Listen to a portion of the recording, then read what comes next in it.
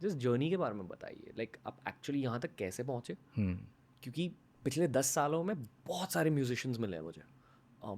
बहुत कम लोग इस तरह से ब्रेकआउट करते हैं।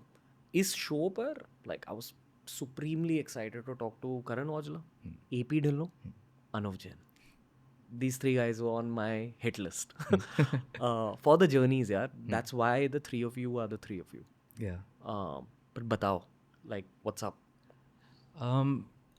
I've had a very simple childhood यार. हम एक मिडिल क्लास फैमिली को बिलोंग करते थे. मैं बॉम्बे में बॉर्न हुआ था एंड मेरी फैमिली भी वैसे बॉम्बे से ही है, बट पापा का बिजनेस शिफ्ट हो गया था टू लुधियाना, तो हम वहाँ मूव कर गए थे. मतलब मैं बहुत ही छोटा था तो तब हम मूव कर गए थे वहाँ पर.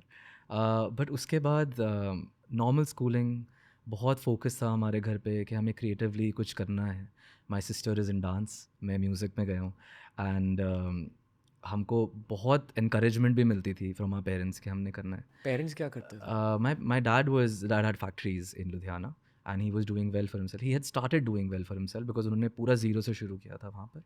And my mom was a homemaker, मगर उन्होंने भी काम करना शुरू कर दिया था. बट वो थोड़ा आगे जाके मैं बात करूँगा उसके बारे में. Artistic energy. Artistic energy. So my mom use to paint, she still does. वो अभी भी, हम अभी आए हुए हैं बॉम्बे तो वो बैठे हुए थे हमारे साथ, हम लोग सब पेंटिंग कर रहे थे साथ में. So she still does that. मेरे dad, not, he was not completely creatively inclined, मगर वो बचपन में अपने पोइट्री करते थे या पोइट्री लिखते थे. वो कार्ड्स वगैरह बनाते थे, स्केचिंग करते थे थोड़ी थोड़ी. तो आई थिंक वो तो उनके था, बट उनका माइंड बहुत एनालिटिकल और बहुत टेक्निकल था. Very brilliant man. तो ये मेरा बचपन था. It was a good thing. बहुत अच्छे से हमें पढ़ाया गया है और बहुत अच्छे से सब कुछ था. बट जब मैं 11 साल का था, मेरे डैड को हार्ट अटैक आया था and he slipped into a coma because of that. 11 साल? जब मैं 11 साल का था and he slipped into a coma because of that. उसके बाद things went very very bad very quickly. याद है आपको? हाँ, हाँ. जब मैं आई थिंक मैं उस टाइम पे अपने 6th ग्रेड में जा रहा था या मैं था उस टाइम पे. मेरे मम्मा, हम लोग एक दिन स्कूल गए हैं और वापस हम घर वापस नहीं आए, हम अपने रिलेटिव्स के घर वापस गए थे बिकॉज मम्मा दिल्ली के लिए निकल गए थे. मेरे डैड वहीं पर ही एडमिट हो गए थे. हमें पता नहीं था उस टाइम पे, मी और माई सिस्टर को कोई आइडिया नहीं था कि क्या हुआ है. मम्मा का हमें फ़ोन आया है शाम को, उन्होंने हमें झूठ बोला कि पापा को कुछ और स्टमक रिलेटेड इशू है जिस वजह से वो हॉस्पिटलाइज हो गए हैं, बट थोड़े दिन में ठीक हो जाएंगे और थोड़े दिन में वापस आ जाएंगे हम लोग घर, बट मेरे को यहाँ रहना पड़ेगा. तो हम अपने रिलेटिव्स के पास ही 1 महीने तक रह रहे थे और मुझे कोई आइडिया नहीं था. इनफैक्ट मेरा एक दोस्त था, मेरे कॉलोनी में, मेरे सोसाइटी में रहता था.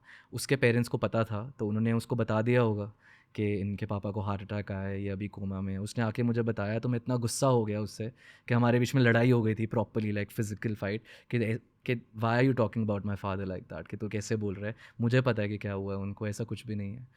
बट 1 महीने के बाद मम्मा ने हमें दिल्ली बुलाया एंड जब मैंने उनको हॉस्पिटल में देखा मुझे समझ में आ गया था, even at 11 years of age, के दिस इज़ नॉट ओके.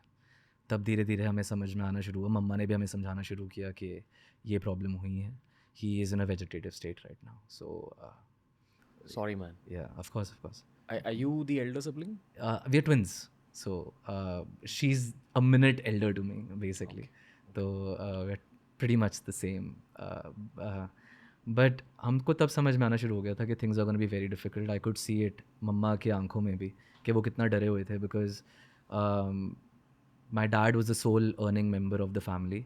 मेरे मम्मा ने बस उसके 2 महीने पहले ही काम करना शुरू किया था कहीं पर, बट वो भी उनको छोड़ना पड़ गया बिकॉज अब उनको पापा का भी ध्यान रखना था और अपने बच्चों का भी ध्यान रखना था. तो उनके लिए भी बहुत मुश्किल था. वो अभी भी बात करते हैं इसके बारे में तो उनको बुरा लगता है कि उन्होंने बस शुरू किया था अपनी भी जर्नी, बट उनकी भी जर्नी वहाँ रुक गई.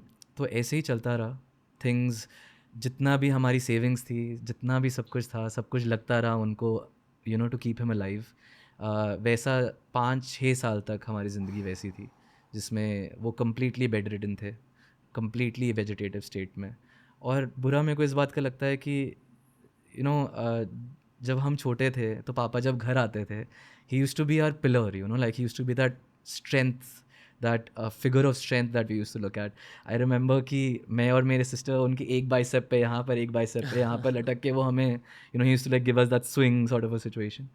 तो जब मैं उनको लास्ट में उनको जब 5 सालों में देखा, he had become so thin and he was finished completely, you know. And सोच के ऐसा लगता है, इतना बुरा लगता है कि कैसे उनको हमने देखा और कैसे उनकी ज़िंदगी हो गई थी इवेंचुअली। तो ये मेरी स्टार्टिंग की लाइफ है till I was 17 basically. Between 11 to 17, uh, ये थोड़ा male perspective, actually it's for both guys and girls. I feel 11 to 17 एक बहुत पर्सनैलिटी मोल्डिंग एज होता है। या what was that phase like? बहुत ज़्यादा फेयर, बहुत ज़्यादा फेयर।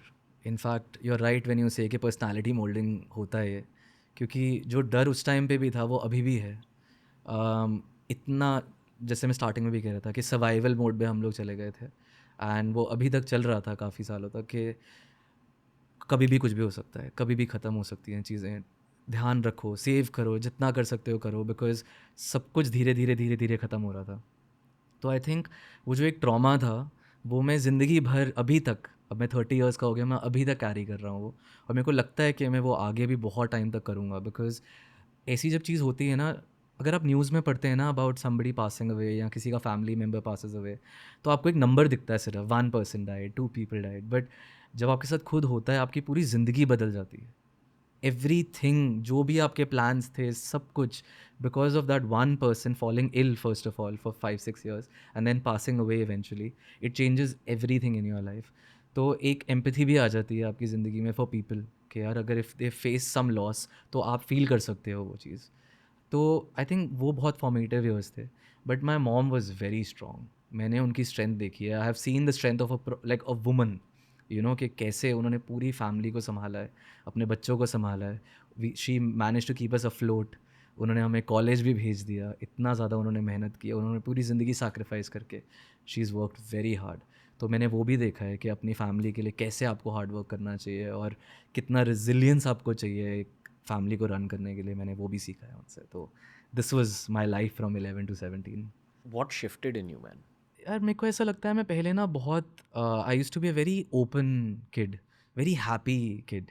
बट उसके बाद बहुत स्ट्रेस आने लग गया लाइफ में, बहुत ज़्यादा डिफ़िकल्टी से चीज़ों को देखने लग गए। आप किसी भी चीज़ को देखते हो, अगर कुछ अच्छा भी हो रहा है तो आप कभी उसके बारे में खुश नहीं हो सकते, क्योंकि आपको पता है कि वो चीज़ें कभी भी गड़बड़ हो सकती हैं।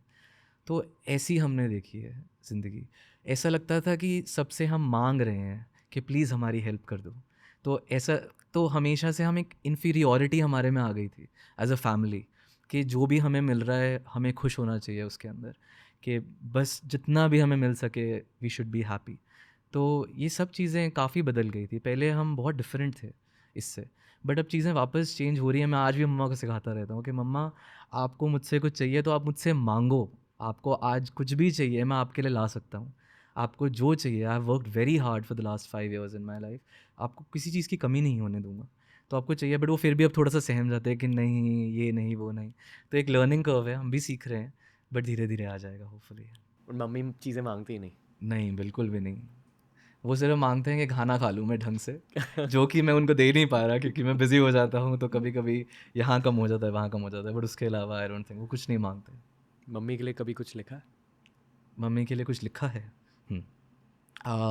एक गाना है मेरा, इट्स कॉल्ड रिहा, एंड मेरे मम्मा का नाम रीका है, तो उधर से like Riha was very close to her name, so I wanted to write something like that for her.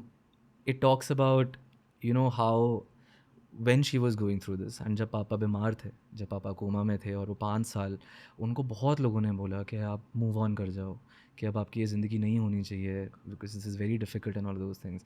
But वो टिके रहे पापा के साथ में, एंड उनके लिए भी मुश्किल था यार, क्योंकि as a still a young mother, you know, आपकी भी एक ज़िंदगी है, आप भी बाहर घूमना चाहते हैं, आप चाहते हैं कि आपका हस्बैंड आपको हर दिन मिले, आप उनसे बात कर सके, आपके पास एक पार्टनर हो जिनके साथ में आप चीज़ें डिस्कस कर सकें।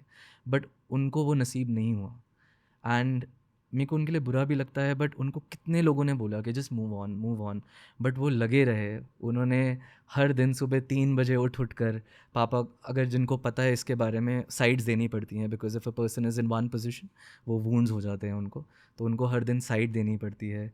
हर दिन सुबह 3 बजे उठ के उनको फीड देना, पूरा दिन उनका ध्यान रखना, मेरे मम्मा ने इतने सालों तक करा है। तो उसके लिए मैंने वो गाना लिखा था कि how people ask her to move on but वो नहीं हो सकते और वो कभी होना भी नहीं चाहते. So that was a song that was written from my mother's perspective to my father. So yeah Oh man.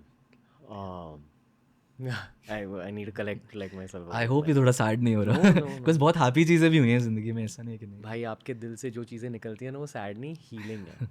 Hmm. You heal a lot of people through your work.